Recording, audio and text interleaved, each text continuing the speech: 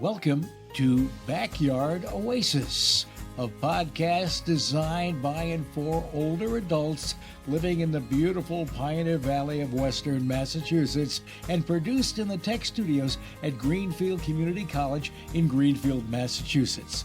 Backyard Oasis reaches out to older adults who seek knowledge to help them live more thoughtfully, healthily, and happily, who hope to inspire others with their ideas, and who serve their communities in the interest of the greater good.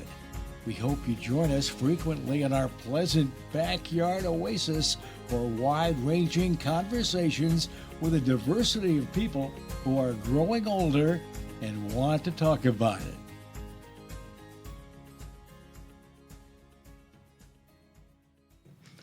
Hi, I'm Denise Schwartz, your host. Today we're going to talk about death. Oh, please stay. Please don't go. I know it's often difficult to think about and to talk about dying, but today we're going to talk about death and dying with a death doula.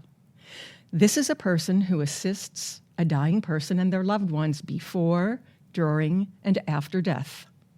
A death doula offers emotional support, conversation about dying, management of details, and can help prepare people for what's to come in so many ways.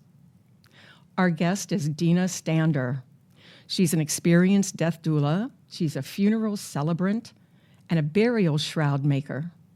And she is the founder of the Northeast Death Care Collaborative. Hello, Dina. Good morning. How are you today? It is spring, and driving here was so delightful. Yeah, there are about 1 million daffodils in everybody's front yards today. It's really nice. I was talking to somebody yesterday. This is the year of magnificent daffodils. Yes, thanks to all that rain we've had. Not everybody loves all that rain, but the daffodils certainly do. So today we're going to talk about what death doulas are and what they do. And, you know, you've talked to me once, and you said something that the baby boom bubble is now a surge of older people facing end of life. So let's talk about that, and then let's talk about how you, as a doula, can help people of any age face the end of their lives. And this is not really a sad conversation, is it, Dina? No, it's a conversation we all need to have and become more comfortable with. Well, let's talk about those baby boomers. I think we're both in that category. No. I'm just I'm at the tail end, cuspy bottom of the baby boom. Oh, as am I. So what's happening is there is this, in the way that when the baby boom came through childbirth, we started seeing birthing centers. We started seeing home births. We started seeing men included in childbirth education. We started seeing husbands and partners in the birthing rooms, which, when my dad had us, he was out in the hall, right? Right. But so, this wave of aging people are creating a transformation, I think, also in how we die. Is that because we sometimes get to a certain place in time, or there's a certain incident that makes us think, the horizon of our lives is more seeable right now. Maybe I should start thinking about it. It's that, but it's also experiences we have, for instance, when our own elders die, and we say, okay, there's got to be a different way to approach this. If you had an elder parent who had a very medicalized death, or who didn't have home care available and was institutionalized at the very end of their life because there wasn't enough support or a circle of care to support them at home. And baby boomers are wanting to do this differently. Many of them are aging in place in their communities and not, becoming snowbirds or whatever. And so we're needing as communities to create safer places for elders to live, and there's all sorts of grassroots, really, response to this with the villages of care that are organizing, right? So it's the same thing that as the boomers come through aging, they're bringing in more resources. So you're an end-of-life doula or a death doula. I know what that is because I've been reading about it, because I've experienced some deaths in my family and in my circle of friends. So it's something I'm interested in. But for our listeners who may not know exactly what a death doula does, could you tell us? A death doula essentially is a person who engages with a dying person and their loved ones, really from diagnosis to last breath, right? So I might have a client who is recently received a terminal diagnosis, but with a prognosis of living 18 months or so. So, from there to there, it's a long period, and their needs change over the course of time. But what a death doula does is facilitates conversations, facilitates and supports planning, facilitates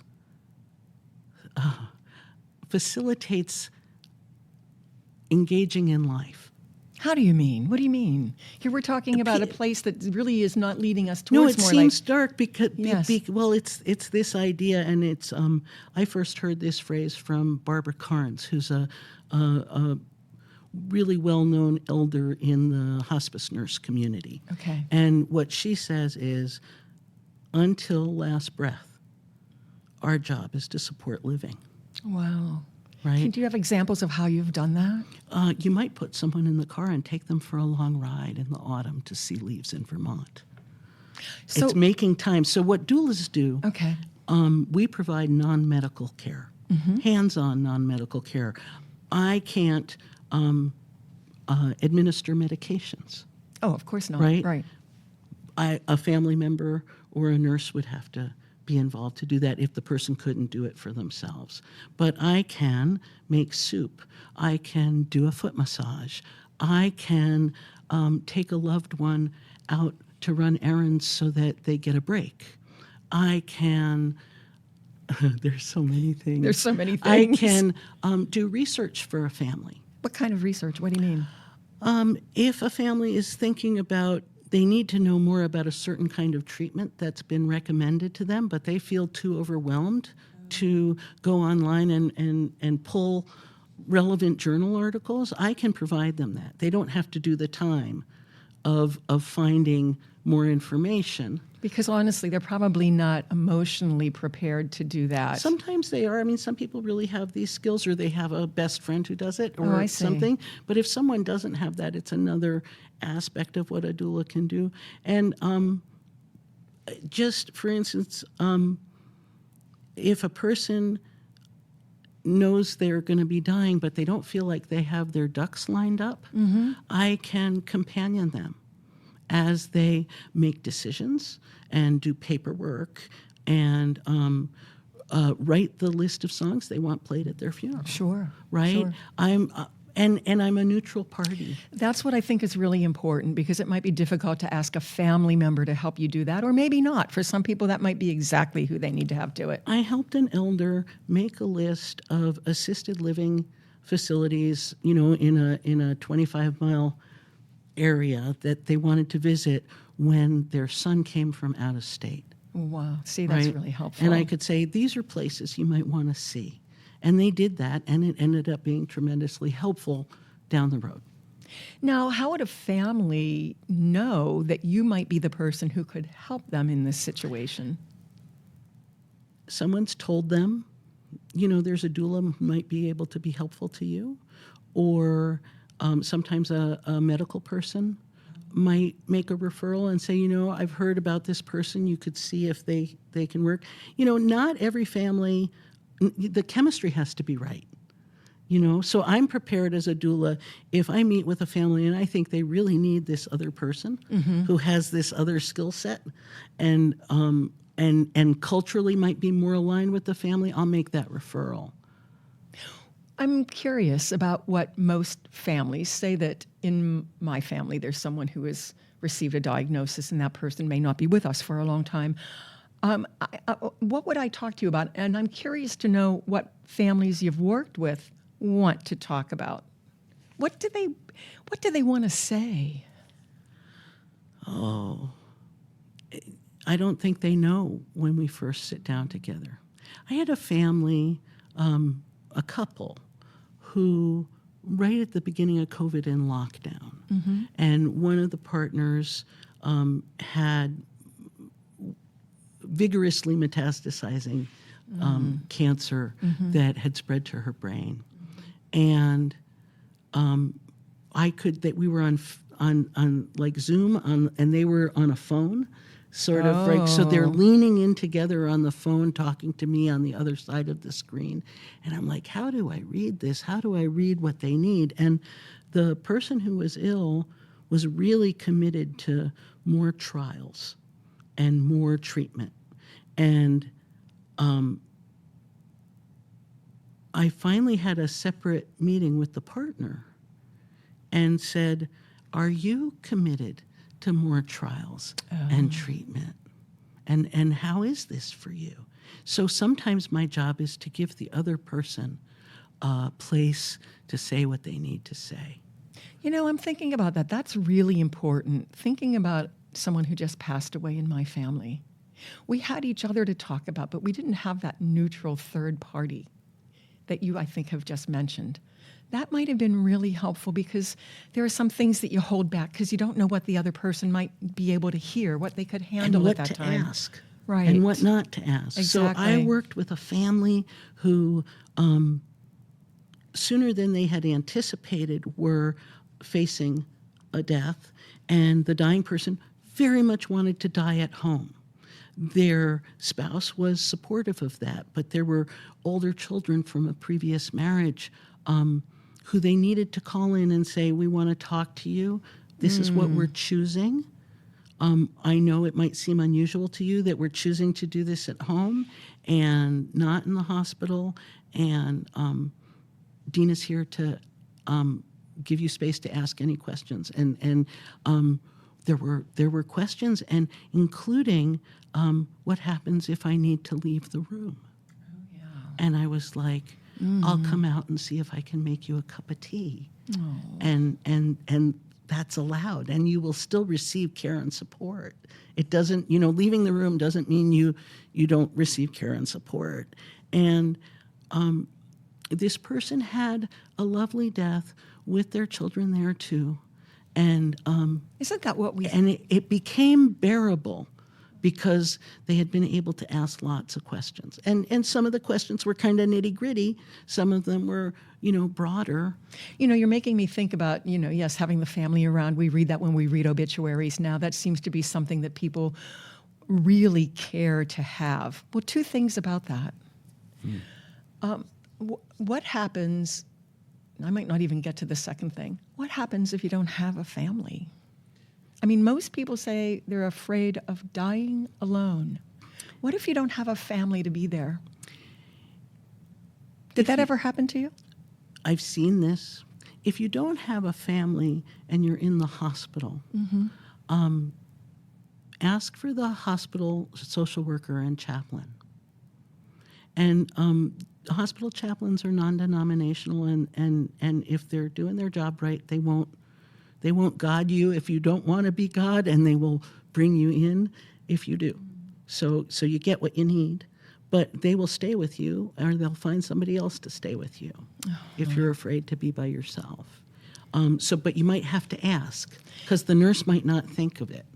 Yeah, maybe we should talk to medical professionals about that, because if you're the person who is facing the end, are you going to think about that? Are you going to be able to say, if you can, please get me the chaplain? If you can, often a nurse on a unit will page a chaplain. I think they might. So a hospital chaplaincy is part of my training. Yes. So this is what happens. There are also, though, people, my grandmother, for instance, who was in the hospital for a number of weeks at the end of her life, and she had 11 children and oh boy. many, many more grandchildren. And so there was always people in the room, and there was one time my cousin had come from Switzerland with her twin babies, and the babies couldn't come up, and so everyone left the room to go play with the babies in the lobby, and that is when my grandmother died. You hear about that a lot. People Some people need privacy to die, and some people need a hand to hold. The other thing I want to say is, for instance, in nursing homes, there are people who volunteer to vigil with dying patients in nursing homes. And so either through a hospice organization or a faith community, someone will go and sit all night. Isn't that wonderful? Yeah. Yeah. You know, you once, I asked you what you've learned from your experience as a doula, and you answered. You said that we work at living until our last breath. That really made me stop and think. Can you talk about that? I have a client who I've been seeing for over a year now, whose professional life was interrupted by a terminal cancer, and in their professional life, they did a lot of international travel.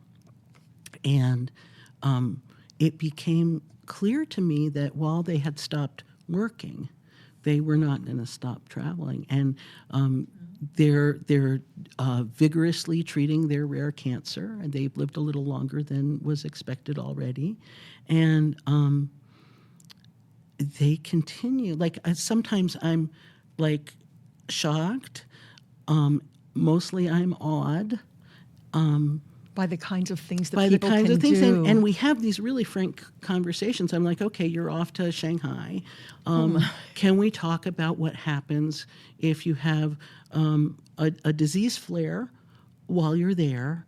Who can come and advocate for you, and how's that going to work? So we make some plans, right? And you know, I'm thinking that by making those plans with someone, that person will feel even more comfortable about doing that trip, which that person might know would be her own. Because we've thought through without pretending that right. she's A-okay. Oh, it's going to be okay, right? No, we think through, let's talk about what the contingencies are.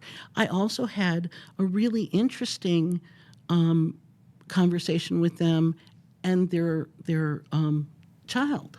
Right. In their 20s, about anything their child wanted to ask about the parents' choices, and also about burial.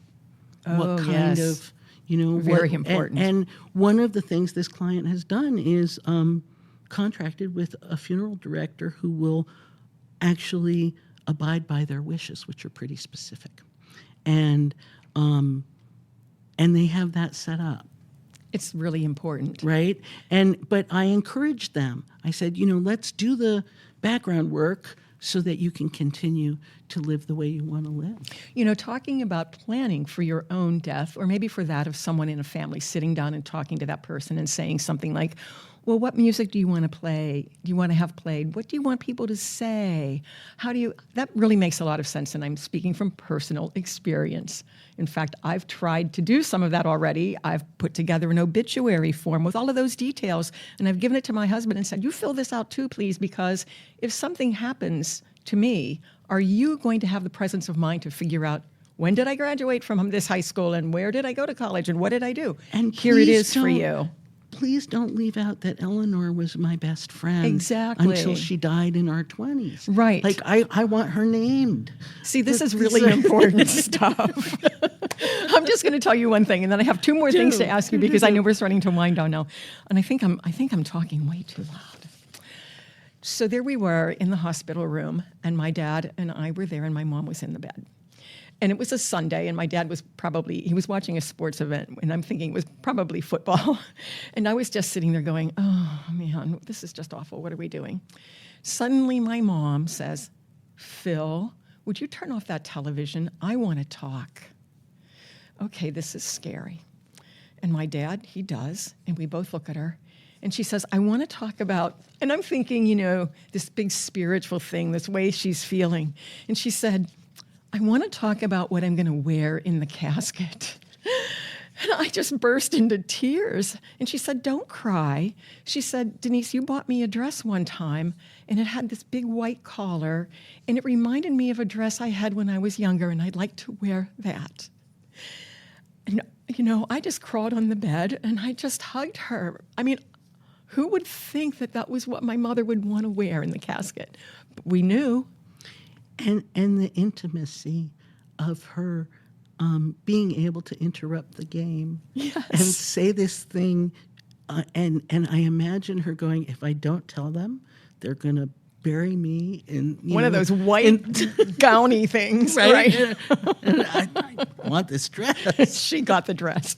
Okay, we're almost finished now, even though we could talk on and on because this is so important. What do you think our listeners can do right now to start to prepare for what's to come?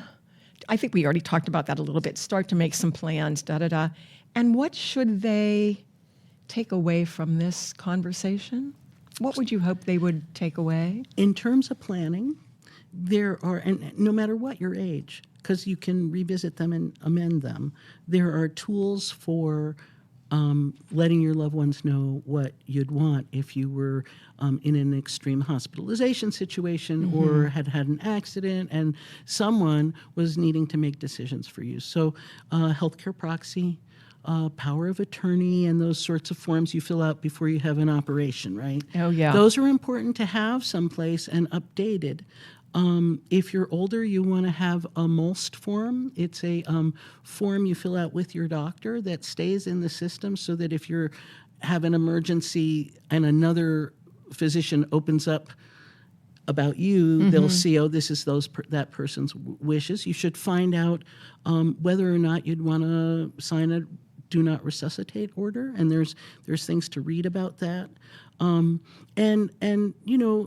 leave notes of where to find things if you have a safe deposit box or something like that, or life insurance somewhere, or whatever it is.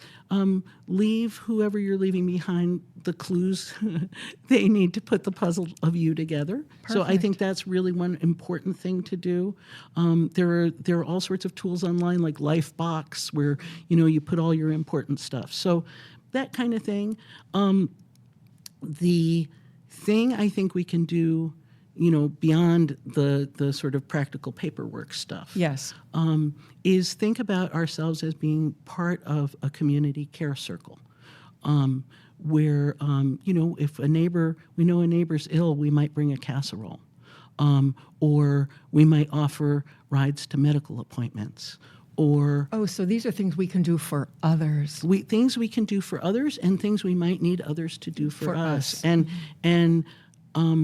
whether in your neighborhood or with colleagues at work or with families that your kids all play together, wherever it is, look for where are my community care circles? How do they overlap?